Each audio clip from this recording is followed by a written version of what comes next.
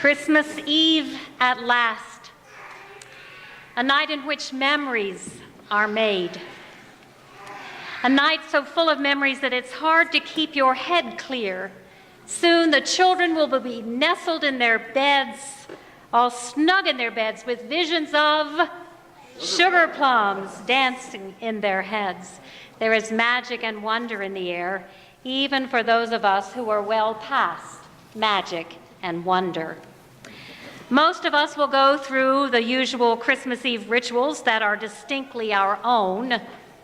The kids are home from college or from that far place that has taken them away now that they are themselves adults. Grandparents have come and the children are getting spoiled beyond imagining. And even the oddball relatives with their corny jokes are allowed in for this one night, which is, above all others, a night that it seems that anything can happen. What is it about Christmas that lightens our heart, that fills it with wonder and expectation? We who are too old for such things and yet feel it nonetheless. It's not the build-up, really. It's not those silly songs on the radio that started playing since before Thanksgiving. It's not all the commercials promoting Chia-Chia-Chia-Chias and My Pillow. It's not all the folks crowded into Walmart so dense that you can hardly walk without playing bumper cars. And it's definitely not the mad rush for parking places, the circling of the lot, only to get aced out by that one car that pulls in ahead of you when the guy backing out blocks your way in. Oh, I hate that. None of those evoke Christmas for any of us. It's usually the more traditional things. The countryside shining with lights, the ringing of the Salvation Army bells, carols sung in church, putting up the tree and hanging the ornaments, each one a memory in themselves. Let's see, the ice crystals were from that year that Emily lost her 2 front teeth. And the red sled, that's from the Christmas back in '83 when it snowed 3 feet. And the angel on top is Grandma's angel, passed down from her mother through her to you. Christmas is dressing up in your holly sweater or Rudolph tie, and you're all wearing them tonight. Leaving home and stealing out in the darkness to go and sit in the church and hear once again the story that makes you want to believe, skeptic as you are. Believe that heaven really can touch earth and that Christmas is more than what lies under the tree, that it has something to do with what lies in the heart and in the spirit and in the soul. I suppose what evokes Christmas most in our memories is that idea of going home, going back to some special place in the mind and heart where Christmas is centered. It's a place in our lives with dimensions and walls furnished in a specific way and inhabited by specific people. It's a place where we belong, which is to say it belongs to us, where we feel safe and good, even though things at any given time may not have really been all that good, but yet they were. It is a place that we carry deep inside of us that always welcomes us back again and again, if we could only remember how to get there. I wonder if children who have never known such a home do not have it, nevertheless, as kind of a dream of a place.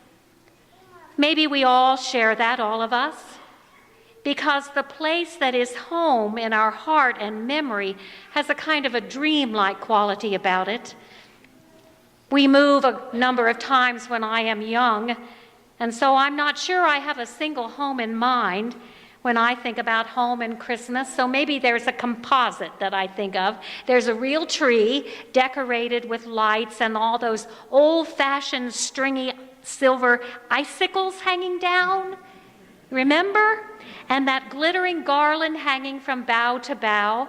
My brother's there, and my father and my mother. My mother's a great cook, not fancy but good. She bakes her own sugar cookies, and we love them. She rolls the dough, and we press the shapes.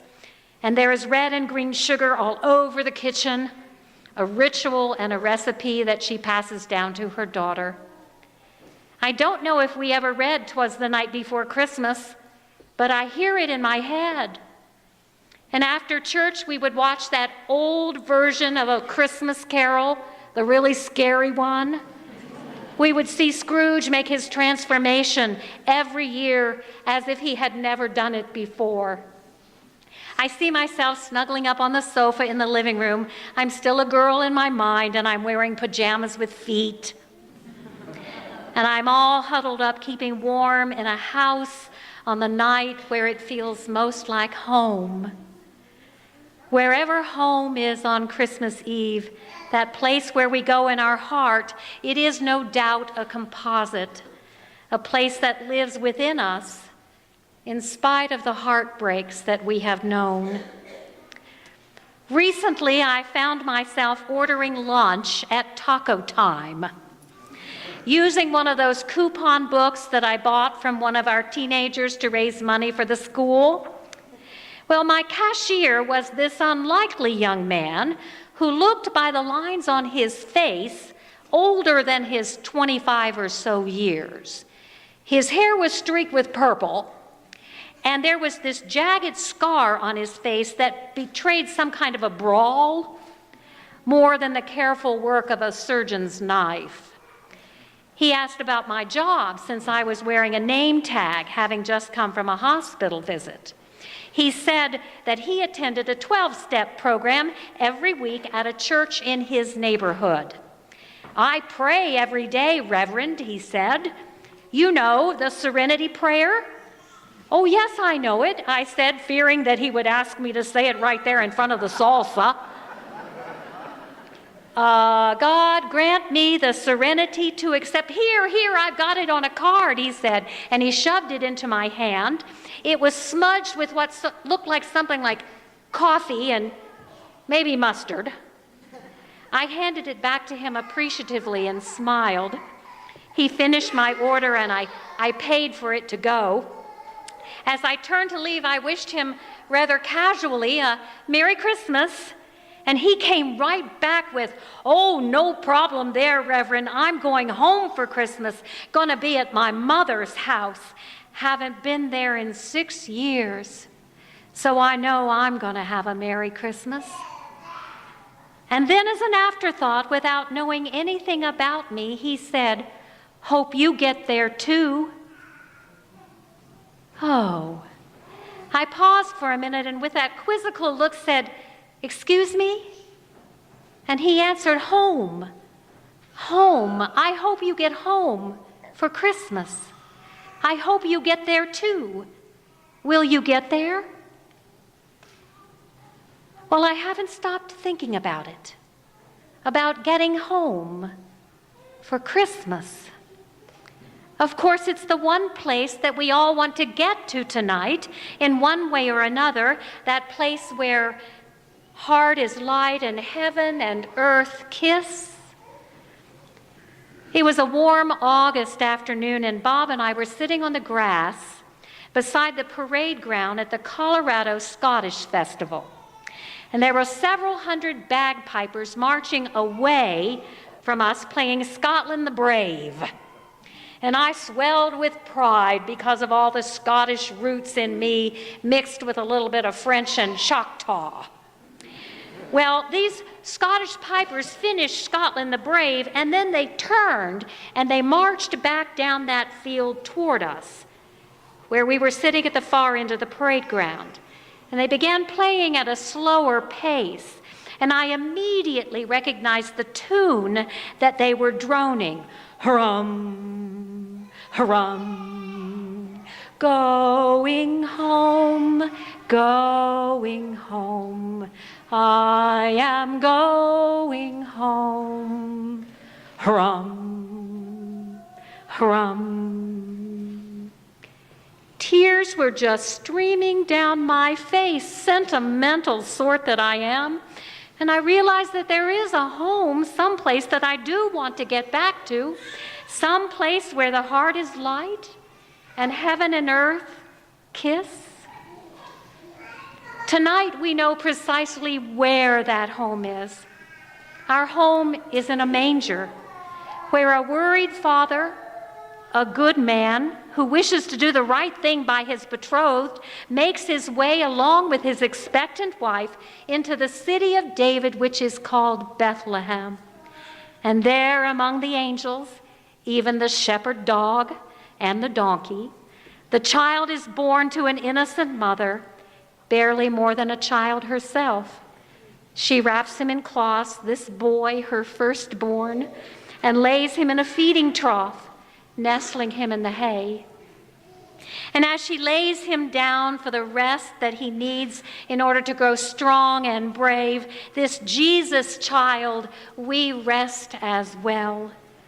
For there in that place, which is our spiritual home, all the hopes and fears of all the years are met in him tonight.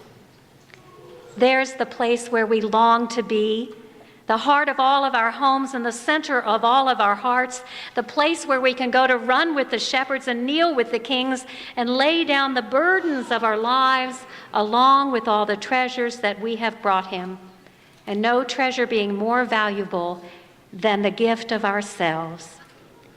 Simply the way we are. Don't change a thing. He welcomes us as we are, and the rest he just makes right. He makes us whole simply by our being there, by our honoring him, by being close to someone so good.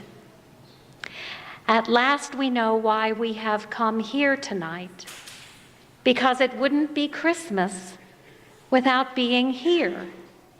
We needed to come home, to be with our family, the people of God, to be with Mother and Daddy, to be with the children and the grandchildren, with our brothers and sisters and oddball uncles and corny cousins, with the tax collectors and prostitutes and the Pharisees and the hypocrites and the scientifically skeptical and the adamantly agnostic, the bored, the baptized, and the chosen, all his own. This is the place where we have longed to be, the place where the heart is light and heaven and earth kiss. So come and sit by the fire and warm yourselves. Have something to eat and take a cup of cheer. What a sight for sore eyes you are. You have been expected. Welcome home and Merry Christmas. Amen.